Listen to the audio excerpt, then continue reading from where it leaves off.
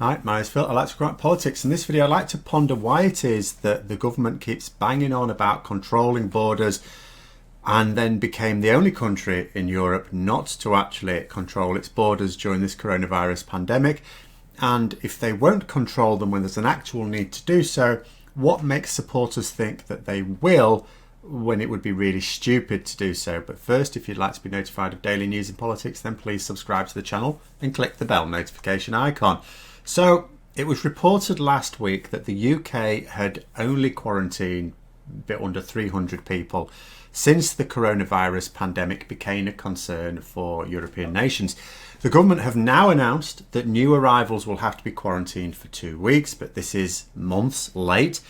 And when asked why this policy was not enacted at the start of the emergency some months ago, Minister Chuckles, doesn't really matter who it was, does it, responded that, well, most people coming into the UK are British citizens. Right, I imagine most people coming into any country are citizens of that country. Does that matter? Are they trying to say that, well, UK citizens, of course, they're not going to carry the virus or something like that? And in case Minister Chuckles hadn't noticed, we have the second worst death toll in the world. I mean, is this more British exceptionalism going on right here? I mean, the real reason may have more to do with the complaints that I now read in the Times that they've actually announced this policy.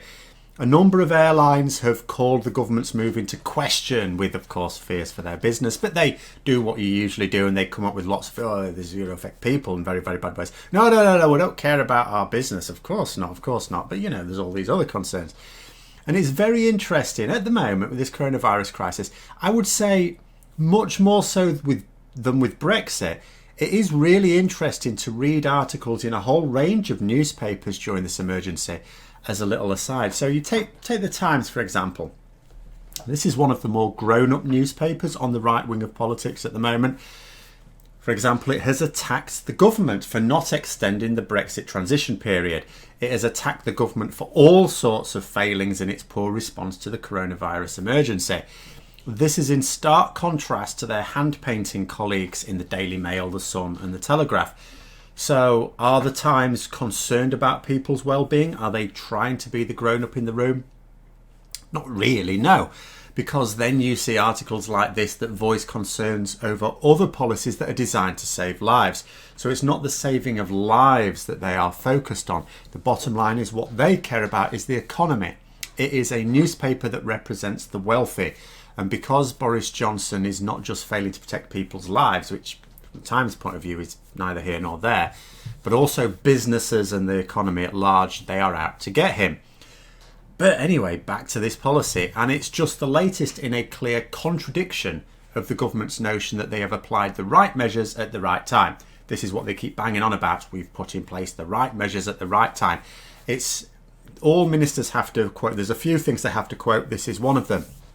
And I mean to say, how thick do you have to be to believe that 3 months after the first deaths is when you start carrying out checks at ports when you live on a pissing island?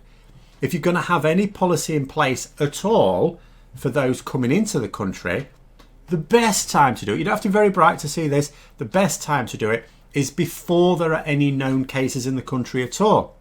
And if you miss that bout, no pun intended, then at least the earlier you do it, the better. Not wait around for a few months, wait until your death toll's really high and then go. Don't tell me at the start of all this to think, I'll tell you what, we'll wait till we get to 30,000 deaths and then we'll start checking people coming into the country when virtually no bugger is, relatively speaking. And I wonder if the real reason that the government announced this policy now is because it was being reported in the run-up to this epic crisis. Only of the 18 million people that came into the country in the sort of run-up, of the 18 million people that came into the country, only 273 were quarantined. And we wonder why this infection took hold so quickly, when we could have, as an island nation, I say it again, taken advantage of being surrounded by the sea and carried out checks at the relatively few points of access to the country. Because I've said it before and I will say it again, it was mind-boggling even to someone like me who takes a very critical view of pretty much anything a politician does, but especially this particular government, and that a group of nationalist yahoos who have spent years banging on about controlling our borders made the decision, the conscious decision, to be the only country in Europe not to do so. And at first it just exposed the lie about being unable to control your borders as an EU member, because other EU countries were doing so without any criticism at all. I mean, the Brexiteers at first, when they were doing it, oh yeah, but the EU Commission's going to be on at them. No, they weren't. It was all fine. But then it turned into something quite horrific. I mean, this was their chance. This was absolutely their chance. I would have expected them to have restricted access to great Brexit fanfare. Look at me, Boris would say. I got Brexit done and now I'm closing the borders to keep us safe from the virus, and while we're at it, all those nasty foreigners. He could even have lied about only being able to do this as a result of surrendering our membership. He could have said, if we had to do this last year, we wouldn't have been able to because we were still in the EU. Could have done that. But no, we kept our borders wide open. I mean, they've always been more open than the terms of our EU membership require. But now it was just self-destructive. The clearest sign yet that for all their talk, this government cannot possibly intend to control our borders any more outside the EU than inside it. So, I'm sorry to all those people who supported Brexit for reasons of racism. And I'm not saying all Brexiteers were that way inclined, but for those who were. Because if you're honest, if you're going to think about it and be honest, if a government won't close its borders, won't restrict them, won't carry out checks at the borders when there's a public health need to do so, and even the most pro-European committed nations of the EU are doing so, what makes you think they're going to restrict the borders at calmer times? I mean, I'll be honest, I think the only reason they announced this measure now is because they were getting blamed in the press a couple of days before their announcement. If you look at every single thing that the government have done during this crisis, and I mean done, not said, done, and it isn't much, it has always been heralded, always been preceded by criticism in the media. So this government apparently adopts the right measures at the right time. Okay.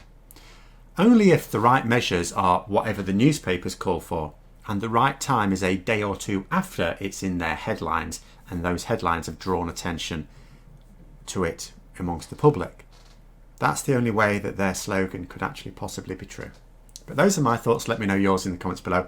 Hope you found the video interesting. If you did, don't forget to click the like button. And if you'd like to support the channel further, then please also click the Patreon link for details. And until next time, I'll see you later.